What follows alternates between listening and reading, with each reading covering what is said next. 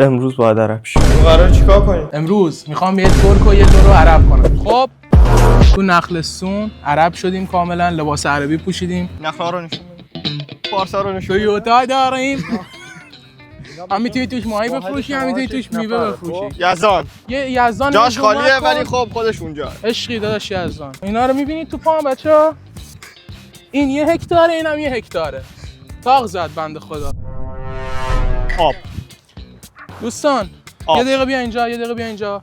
این پارسا علیپور که میبینید، علیپور کیه؟ علیپور و دروازه. طول طول نخله، عقل سخله. اینا دیگه بچه‌ها بعداً خودشون تو کامنت ها می‌نویسن. سرگانیان جایل جیان و کنیان و قطار. نهار کجا میبریمون آقا؟ نهار میریم موزیف حاج عبدالله. آقا آوردمتون بهتون غذا عربی بدم. بریم یه بریم غذای بزنیم. خوب مشتی عربی بزنیم. سلام. بیا اومدیم موزیک. علی گیر کرده کلم این تو. به اینجا میگم موزیف و از مهمانا که میان اینجا ما پذیرایی میکنیم. قهوه از زمان قاجار بوده، بهش میگفتن قهوه قجری.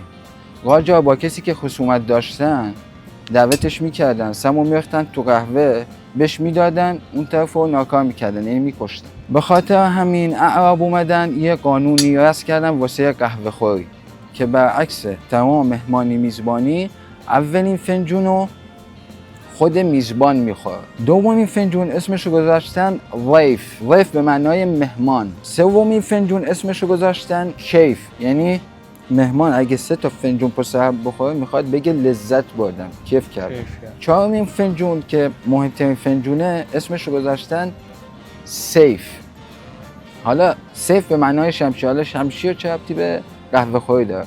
مهمون اگه 4 تا فنجون پشت هم بخوره قهوه میخواد یعنی تا شمشیر برسه میخواد بگه من در شادی یعنی در خوشی ها و نه خوشی ها شمشیرم با شما هم پیمان، یعنی پیمان برادری میبنده ما میزبان. خب حالا ایشون فنجون خالی گذاشته. فنجون خالی این به این معنی است که مهمان دلخوره، یعنی قهوهشو خورده فنجون خالیشو تحویل نداده، یعنی مهمان دلخوره، یه اتفاق افتاده که میخواد اون دلخوریشو بیان کنه. حالا فنجون پر اگه بذاره زمین یعنی مهمان اومده واسه امری، اونم بیشتر تو کارهای خیر، خواستگاری، زمین، اموال، یعنی امر خیر، یه طلب خیر داره. خب غذا رسید، مفتح و مطبک و قلیه میگو گرفتیم. قلیه میگو رو که همه میدونن چیه، ولی خب مفتح و قلیه میگو غذا جنوبیه، غذا عربی نیست ترجیحاً. توضیح بدم مفتح چیه. مفتح و با گوشت و نمیدونم ادویه و پیاز و این داستانا و دارچین و میخک و زعفرون و اینا تفت میدن، میپزن. نه با برنج و نمیدونم این داستانا. مطبک مرغ با پیاز و کشمش و این داستانا با سبزی پلو. باشه با اینو با دست بخورن. آره سوسول بازی با دست هم با دقیقاً آفرین. سرگانیان جایل جیان. نه آقای خودمانده قاشق چنگال تو فقط قاشق رو برای خورش استفاده کنی دوست عزیز.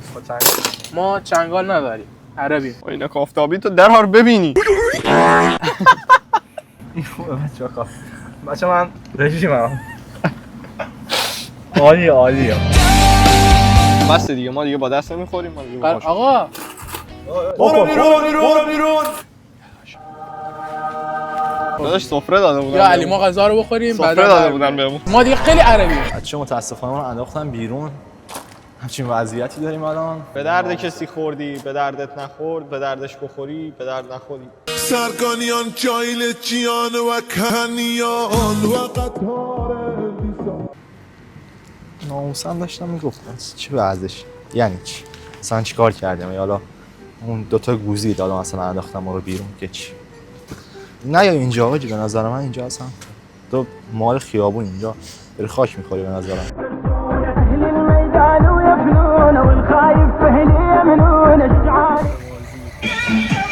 دقیقاً.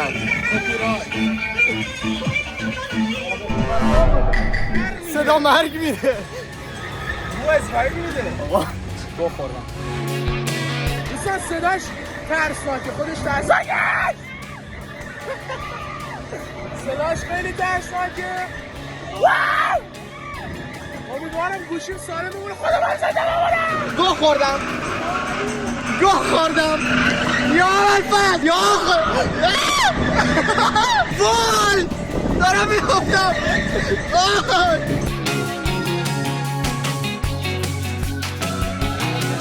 عالی سرگیجه گرفتم. وای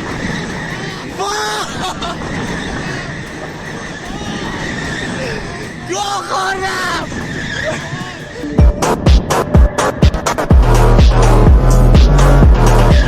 الان فکر کنید نترسیدم، سرعتش کم شد، لگرم گرفت حاجی.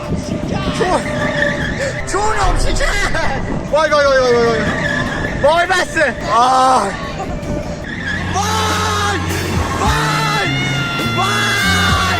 حالا بد شد. قربانی دادیم شکست. جلسم شکست. تاب چرخنده الان باید بریم. تاب زنجیری میگن نمیدونم چیه. اونم خیلی وحشتناکه. حاجی این که اصلا مرگ و جلو چشامون دیدیم. من 3 بار داشتم پرت. اینم که حالش بده. میزون.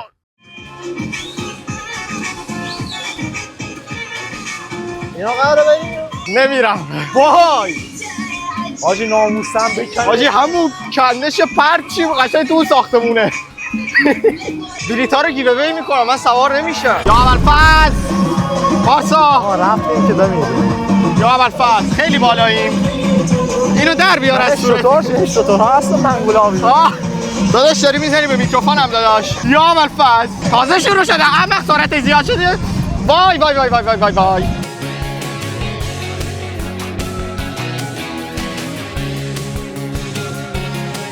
بده بمونم گیو اوی میکنم.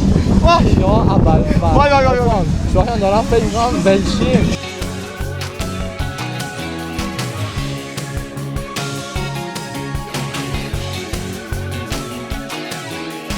حاج من سرم داره گیج میره. وای داد ازم میشرم. داره زیادش میکنه. به درک چشاتو رو وای کجام وای باد داره میخوره تو صورتم. آی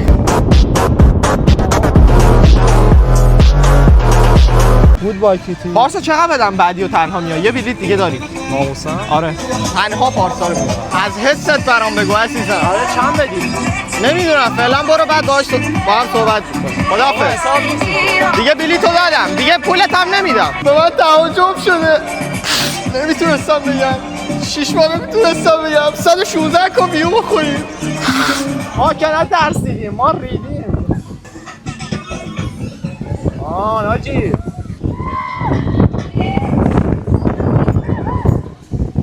نظرت چیه از دار؟ ریدم بابا من ریدم. نظرت چیه بهت بگم همش اسکم بوده قرار نیست چیزی بهت بدم. دیگه از دست رفتگان عمل پرواز نیست. شب بخیر. سرگانیان چایل چیان آقا اومدیم شامو بزنیم. فلافل غذای عربی مال طرفای لبنان میشه ولی خب تاریخچش برمیگرده به خیلی قبل که تو ایران هم داریمش. بریم سلف بزنیم. مفر فلافل یزم پر کن. اومدیم مفری کلاسای آموزشی مفری با داش پارسا در بیارم. لخ کن آستین بالا. چند تا میتونی جا رکورد چنده؟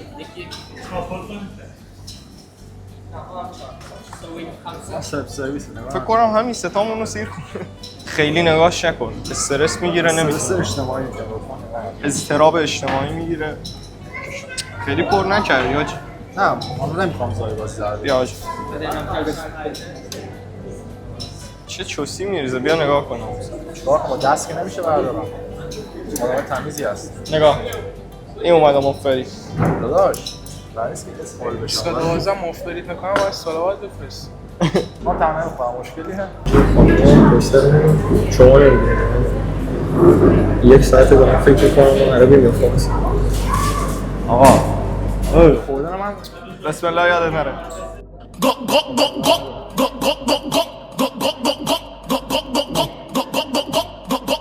قبل اینکه بیایم اینجا اقل گوخوری کرد سنون میزنم 25 تا قرص تو شام میدم فلان میکنم. اینو خب منم میتونم درست کنم. چشم تعارف نداریم که میخوریم.